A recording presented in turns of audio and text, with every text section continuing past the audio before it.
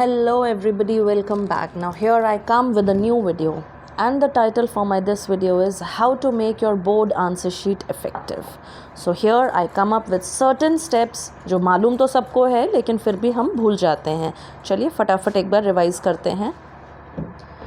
So here are some key points that we need to remember while attempting our board exam. सबसे पहला आता है entry यानी कि जब हम अपना एग्ज़ाम देने बैठेंगे तो हमें जो आंसर शीट मिलेगी उसमें हमें एक एंट्री करनी होगी. Entry in a sense first sheet जिसमें एक OMR पार्ट भी होगा.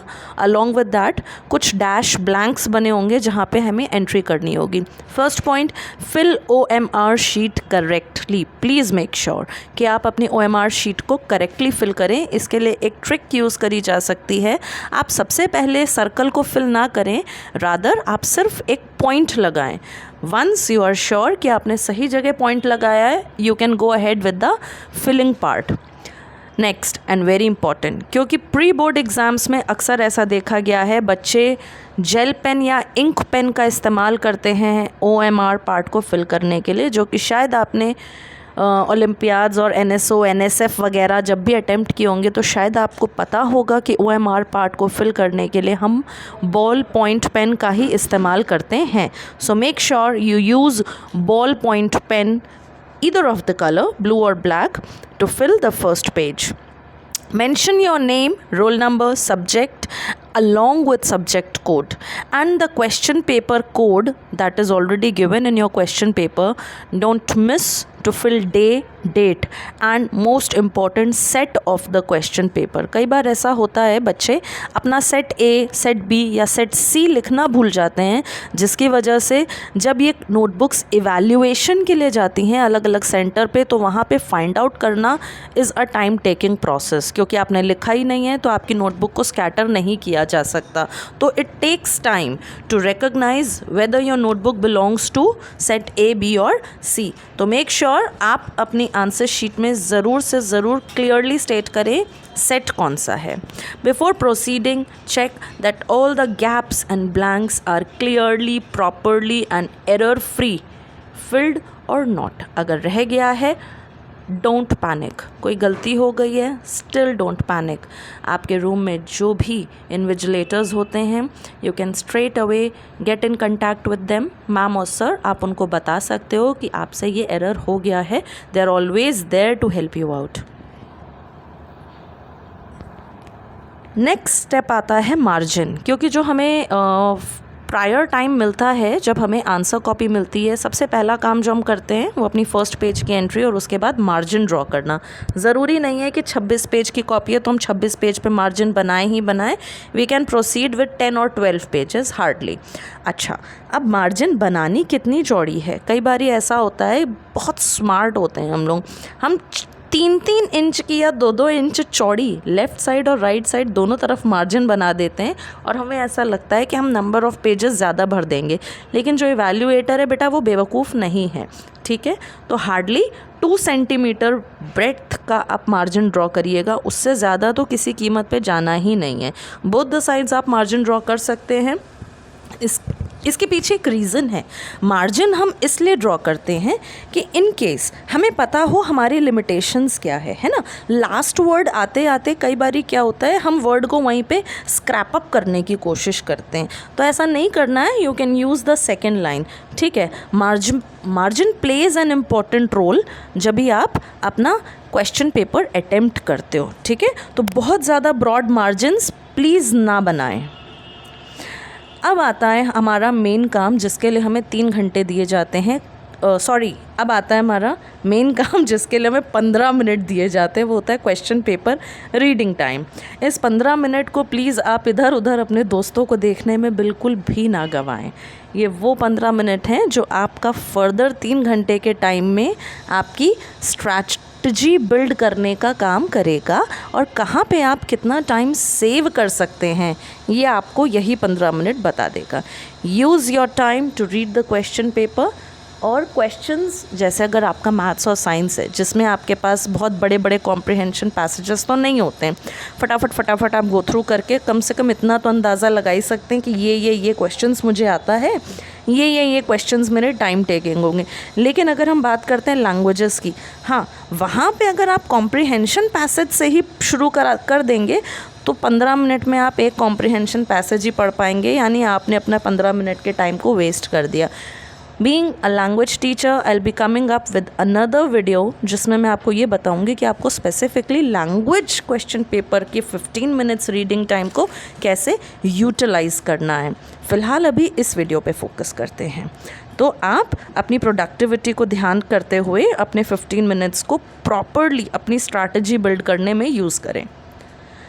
अब आता है हमारा 3 घंटे वाला मेन काम, यानी अब हमें क्वेश्चन पेपर स्टार्ट करना ही करना है। तो सबसे पहले क्योंकि हम 15 मिनट्स में अपनी स्ट्रैटेजी बिल्ड कर चुके हैं, हम उन क्वेश्चन से शुरुआत करेंगे जो हमें अच्छे से पता है। फ़र्क नहीं पड़ता वो क्वेश्चन नंबर 2 है या क्वेश्चन नंबर 7 है या क्वेश्चन नंबर 13 है, आप किसी भी क्वेश्चन को पहले अटेम्प्ट कर सकते हैं। Yes, you heard it right, आप किसी भी क्वेश्चन को पहले अटेम्प्ट कर सकते हैं।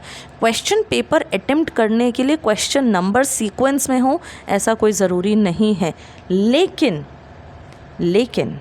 आप जो भी क्वेश्चन अटेम्प्ट कर रहे हैं clearly write down the question number. कई बार क्या होता है, मार्जिन के कोने में ही लिख दिया 9। अभी ये 9 क्या है भैया, ये मेन क्वेश्चन 9 है या किसी क्वेश्चन का सब पार्ट 9 है, पता ही नहीं चलता है। तो प्लीज़ आप ब्लैक पेन का या जो भी आप पेन यूज़ कर रहे हो उसे थोड़ा सा बोल्ड आप साफ सेंटर में लिख दें क्वेश्चन नंबर 4, QUES.4 या सिर्फ Q4। अब मान लिया क्वेश्चन नंबर 4 के अंदर 10 पार्ट हैं, तो प्लीज़ इस बात का ध्यान रखें कि आप उन 10 पार्ट्स को एक साथ करें। हो सकता है इसमें आपको पार्ट नंबर 8 नहीं आता, 1 2 3 4 5 6 7 अटेम्प्ट करिए, 8th के लिए जगह छोड़िए, 9 10th शुरू हो जाइए। इन केस आपको लग रहा है भाई मुझे तो 4 ही आते हैं, 2 4 6 8, तो मैं 2 4 6 8 अटेम्प्ट कर लूँ।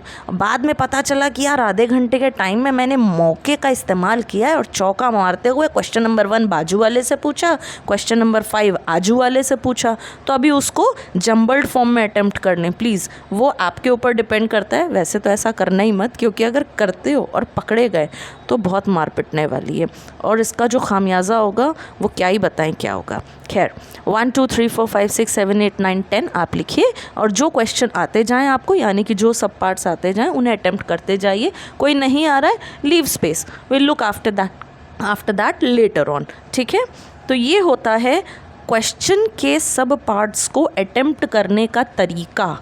कई बार ऐसा होता है बच्चे क्या करते हैं, क्वेश्चन नंबर 4 के 4 पार्ट्स तो यहाँ कर लिए, फिर 5th कर लिया, 6th कर लिया, फिर याद आया क्वेश्चन नंबर 4 के 2 पार्ट्स कहीं से पता चल गए, फिर कर लिया क्वेश्चन नंबर 4 उसका पार्ट नंबर 8 पार्ट नंबर 9, पूरा पेपर हो गया, फिर क्वेश्चन नंबर 4 का पार्ट नंबर 1 और पार्ट नंबर 10। भैया ऐसे मत करना, बहुत ज़्यादा रायता फैलाने की ज़रूरत नहीं है। जितना रायता फैलाओगे ना, एग्जामिनर समेटने वाला नहीं है, बता रहे हैं हम, और ना ही इवैल्यूएटर, वो तो गुस्सा आएगा उसको इतना तगड़ा, ठीक कर देगा और सारा हिसाब किताब निकाल देगा करेक्शन करते टाइम।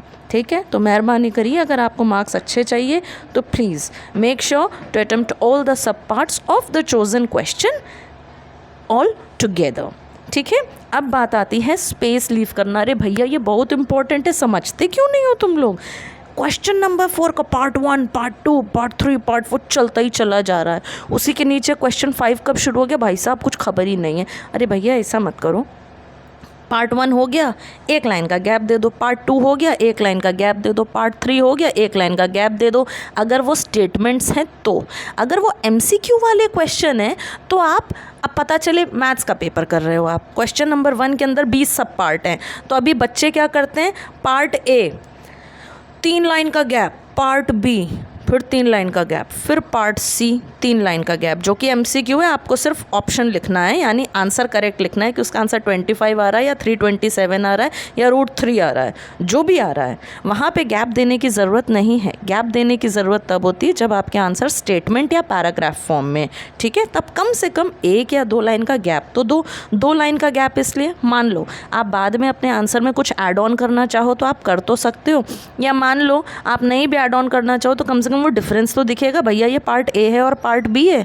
अच्छा, अब दूसरी चीज़, अगर ऑप्शनल वाले ही क्वेश्चंस हैं, जैसे हमारे पास लैंग्वेज में होते हैं ना ग्रामर के क्वेश्चंस, या मैथ्स या साइंस में आपके MCQ वाले क्वेश्चंस होते हैं, ठीक है। अब मान लिया उसमें 10 क्वेश्चन है, भाई आपने शुरू किया, आपके 8 क्वेश्चन आ गए, अब आपने क्या किया, सब पार्ट नंबर 9 और सब पार्ट नंबर 10 करने के लिए आपने पेज टर्न किया। अरे वहीं पेज पे जब आपके पास राइट साइड में इतनी सारी जगह है तो वहीं अटेम्प्ट कर लो ना, क्या दिक्कत है। लेकिन भैया नहीं, हम तो अपना दिमाग चलाएंगे।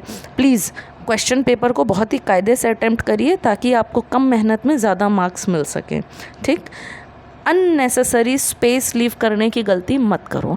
इससे साफ साफ इवैल्यूएटर को ये तो पता चल जाता है कि भैया बच्चा डब्बा है, इसको कुछ नहीं आता। तो आप डब्बा नहीं हैं, आपको आता है, ठीक है। अननेसेसरी पेज या स्पेस या ऐसी कोई गलती ना करें। इन केस अगर गलती से छूट भी गया है तो वहाँ पे लिख दीजिए PTO प्लीज़ टर्न ओवर, या एक सिंगल क्रॉस कर दीजिए। क्रॉस करने के बाद भी PTO ज़रूर लिखना। भूल गया एग्जामिनर इवैल्यूएटर तो भैया गए। अब इसके साथ मेरी सारी टिप्स ख़त्म होती हैं। Thank you for watching and all the best for your exams. अगर फिर भी कोई डाउट है, just post a comment and I am just a comment away from you. Thank you.